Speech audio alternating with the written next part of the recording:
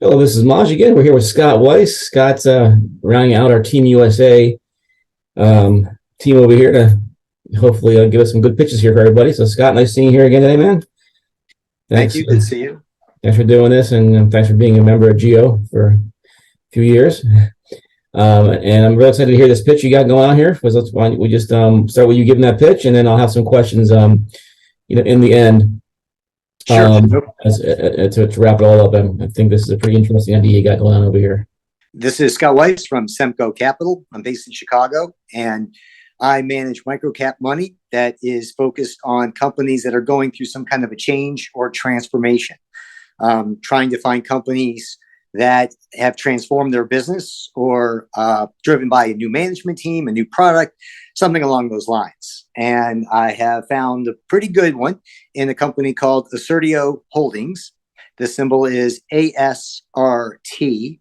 And I got involved in this initially at the end of last summer, watching a presentation with a guy by the name of Dan Paysign, who is the CEO. And it turns out that I knew Dan 15 years ago, as we worked together on Wall Street. He was at a healthcare hedge fund, and I was at an investment bank. And Dan and I had been friendly, and I reconnected with him.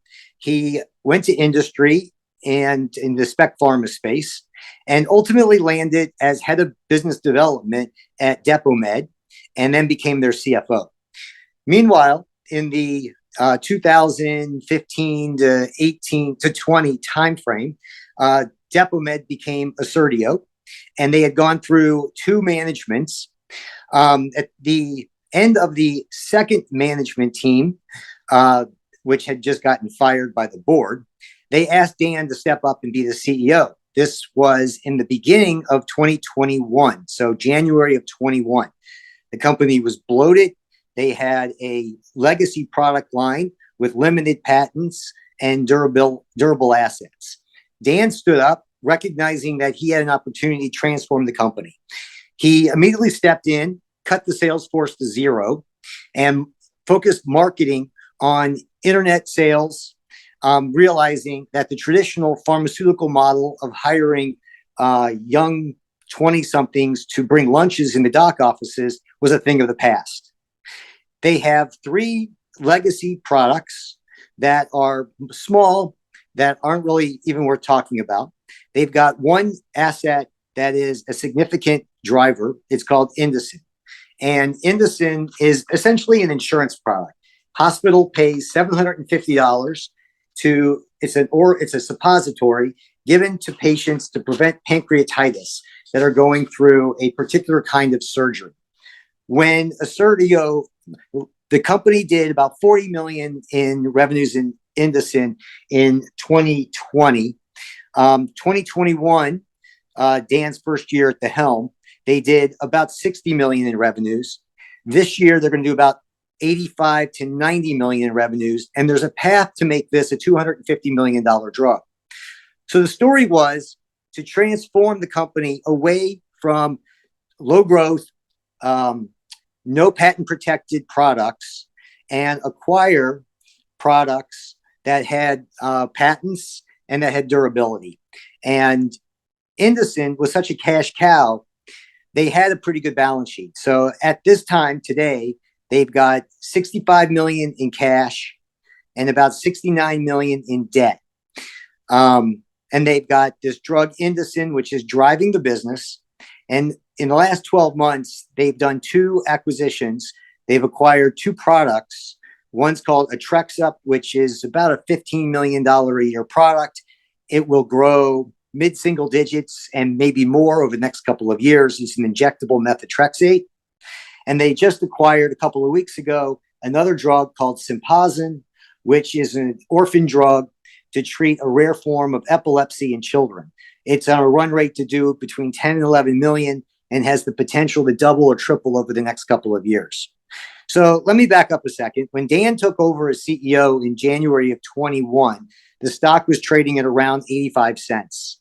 He cleaned up the business and started cutting costs and started driving Indocin. And ultimately, in 2021, his first year, they did 111 million in revenues and they did EBITDA of near 50 million. And the stock was trading, as I said, near $1. So obviously it was extremely inexpensive. He had raised guidance the second half of 21, both quarters. Coming into 2022, he had made the promise that he would acquire 50 million in product sales within a 2-year span. He's acquired 20 million of that goal, so they have 30 million more to go. At the time that he took over, the balance sheet was stretched in that they had 70 million in debt that was held by vulture hedge funds. As we got into the summertime, the stock had started to work. Stock had gone from less than $1 to around the $4 level. And then there were some issues around the debt, and there was some concerns about it getting called in 2023. So they reported a terrific Q2 where they beat numbers, they guided higher. And a couple of weeks after that, they filed a convert. The convert was to pay off the existing debt, give them a little bit extra cash for acquisition purposes, and extend the debt terms to more favorable to the company. And so the street didn't like this. Stock went from 4 to a low of around $2.10 and sat there over the course of the last few months. In hindsight, this saved the company. If they had called the debt in 2023, it would have gobbled up all of the company's cash and prevented them from doing any additional acquisitions. So by extending the debt 5 years out and cutting the interest rate from 13% to 6%, they're saving a very substantial amount of interest annually. So let's focus on Indocin. Indocin is 70-ish% of revenues, maybe even more of profits. It's been on the market for 40 years. It does not have a patent. It does not have any competition. And this is part of the reason the stock is trading at 1.7 times EV to EBITDA and 5 times earnings. And early at the end of the Q3, the company announced that they're going to be starting studies in the spring of 23 with the goal of getting a 3-year exclusivity on Indocin. So generic competition, while it's a concern among investors, it's less of a concern with management, as this is a drug that has proven to be very difficult to manufacture, virtually impossible. There's one manufacturer in the country, company based in North Carolina. Assertio's got an exclusive license with them, completely locked up all of their capacity. So there hasn't been any competition, and there's no competition on the horizon. Certainly, this is a black swan type event, but it hasn't happened yet, and there isn't anyone on the horizon that is looking to compete with this drug. So right now, it is sold specifically into the high risk segment of the marketplace that it competes in, and that is about $150 million market or so, and they have a monopoly on this market, and it's growing low to mid single digits. The opportunity is to move this into the moderate segment of the market, which triples the market size. And with these studies that they're doing in the spring, it'll give them 2 things. It'll give them exclusivity for 3 years, and it'll enable them to promote the drug in the moderate side of the market, which theoretically, if successful, could take the drug from roughly $100 million market today, or revenue today, to $200 to $300 million over the next 3 to 4 years. And if they can successfully transform the company into one with patents, with durable assets, then the valuation should be able to expand immediately and significantly, which is why I think the stock goes from $3 today to $10 or so over the next 2 years. I'll leave it at that, and happy to answer any questions, Maj. Hey, thanks, Scott. That was an awesome summary. We should disclose that you own the stock, correct? I do own the stock. It's my largest position, and I've owned it since last summer. Okay, I own the stock, some of the stock also. And I will say that you've been pretty, pounding the table on this stock for some time with conviction, even when you've met some criticism here too, which has been great for me. You and I have gone back and forth on this, right? And so I think the story definitely sounds interesting now. It's been de-risked a little bit. The question I have for you, you mentioned something about Idison and that it's hard to manufacture by competitors. I'm wondering if you could maybe get into that a little bit. So, and then the patent protection you're looking to get, is that only in the lower tier, the lower risk areas, or is that across the whole spectrum of the market? It would be on the drug itself. Okay. Yeah. Okay. So they would have 3 years exclusivity in any indication, whether it be high risk or moderate risk. As for the manufacturing process, I can't tell you why it's so difficult to manufacture. I'm not sure the management team can either. The CEO has told me in the past on multiple occasions that when he was at Marathon Pharma 12 years ago, they had looked at buying Indocin and they passed on it for this very reason. And then they looked at it again in like the 2012, 2013 timeframe.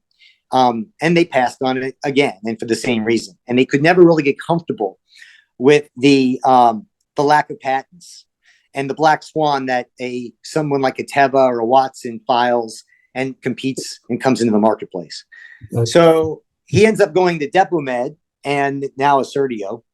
And obviously he is more comfortable now that it doesn't have patents, as his knowledge of this drug has been the last 12 years or so. Of course, the drug goes back 40 years, and they've never had a competitor in this marketplace. Okay. So I think that the risk there is a risk, and it's hard to quantify what the risk is. And with all companies, there's a black swan event, and this is it for Assertio. But it's possible that because it may be hard to manufacture, that it might not be as a black swan as you think, right? Exactly, and that's the case I'm trying to make. Right, but the patent only helps it, I guess, in the end. Well, so when we first started talking about this last summer, there wasn't any discussion about getting exclusivity. Well, now we are literally 3 months. They've already filed their pre-IND, so we're now 3 months away from them starting studies to get exclusivity. So the conversation over the next 6 to 12 months is going to shift towards exclusivity, towards patent protection. Mm-hmm. And of course, that will immediately change the multiple and the valuation on the company. Okay, so what do you think? So, obviously it seems like investors maybe are looking at that. Maybe they're placing we don't know why the stock is trading at a discount per se, but we can say, hey, that's one thing maybe that's causing it to be at a discount, right? Yep. I guess the balance sheet was another thing, right? That they now, they de-risked that a little bit. Yeah, I think that the dilution as part of the convert really spooked investors. Obviously, investors don't like dilution, especially in microcap, and they don't like converts. And I think that, and the management team, they had always said, moving through the first half of this year, that their goal was to refinance this high interest debt at some point and in conjunction with a product acquisition. Well, what they were finding as they were moving through 22 was they were struggling to not find deals, but struggling to get deals done. Mm-hmm. And the timing was starting to get tight. And so as we got into the second half of this year, in early 23, without any kind of a deal, and they were bumping up against their covenants. Mm-hmm. And they feared that as they exited this year, that debt could be called. And the debt expired in the second half of 23. Mm-hmm. And January 1 of 23, the debt could be called at any time. Okay, I see. Okay, so they had the money to pay it off, but it would have really crunched the balance sheet and prevented them from doing any M&A type of activity. Mm-hmm. And that would have basically put a cap on the valuation and killed the company. Okay. So by ripping off the Band-Aid and taking this one-time hit, arguably he saved the company. So and frankly, he extended the debt terms by 5 years and cut the interest rate from 13% to 6%. Okay. So and so it's still cheap with the dilution. You're factoring that into your valuation somewhat. So with you're still, the stock is still inexpensive based on the potential dilution, right? Yeah, okay. Yeah. And by the way, I want to stress they have 65 million in cash sitting on their books. They generate about 20 million a quarter in free cash. Okay. Roughly. It depends on the quarter. They're hoarding cash. Okay. Mm-hmm. This may in the end not be dilutive. They're going to pay this off at some point over the next 1 or 2 years. They have that ability to do that. So don't assume it's going to be dilutive. Okay. So I got 2 quick questions to wrap it up, Scott, real quick. So, I mean, if you could just go real quick. Number one, has the acquisition environment gotten more favorable from a acquisition price perspective? So over the last few months, they have hired multiple people in the M&A department, and they've hired an outside firm to help them.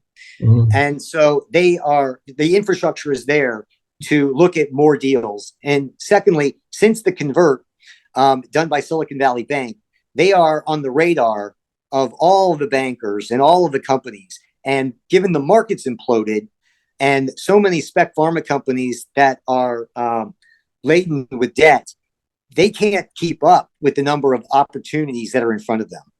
Okay, excellent. And lastly, is there any other surprise upside that we could see here that could help the company? I mean, I know there was the issue of the lawsuit we talk about, right? Maybe you want to give a quick, sure, thing what that's going on there, and what the upside could be there. What investors are missing there, what they're mispricing there.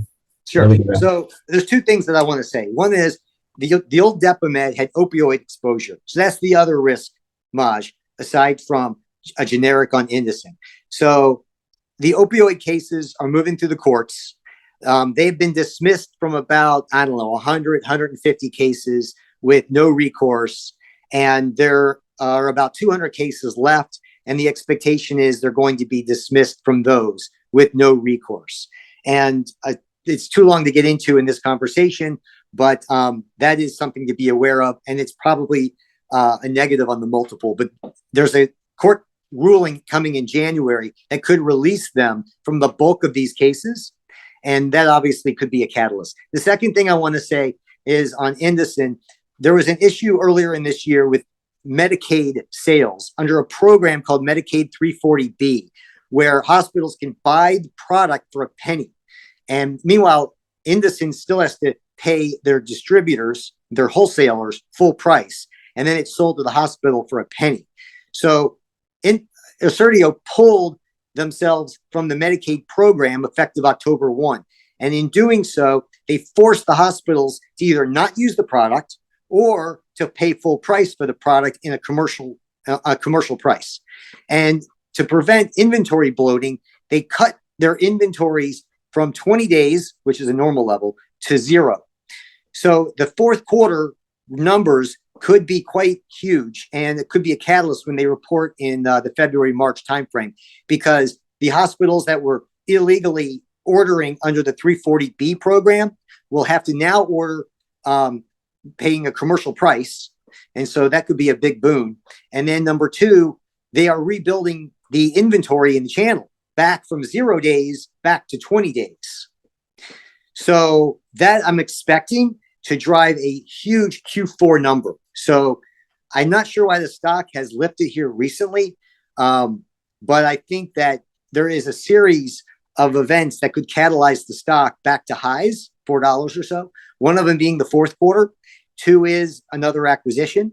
And then 3 is starting the trials to get the patent on Indocin, the exclusivity on Indocin. And as more and more people understand the transformation to this becoming more of a durable asset, the valuation should expand immediately. And 4, dismissal of more lawsuits could be another interesting. Yeah, that too. Yeah. So, well, thanks so much, Scott. We've been here with Scott Weis, pitching Assertio, ASRT. We both own some shares in the stock. I think it's Scott's biggest position. So thanks a lot, Scott, man. And what's rooting for you here and for the team. Thanks a lot. Thanks, man.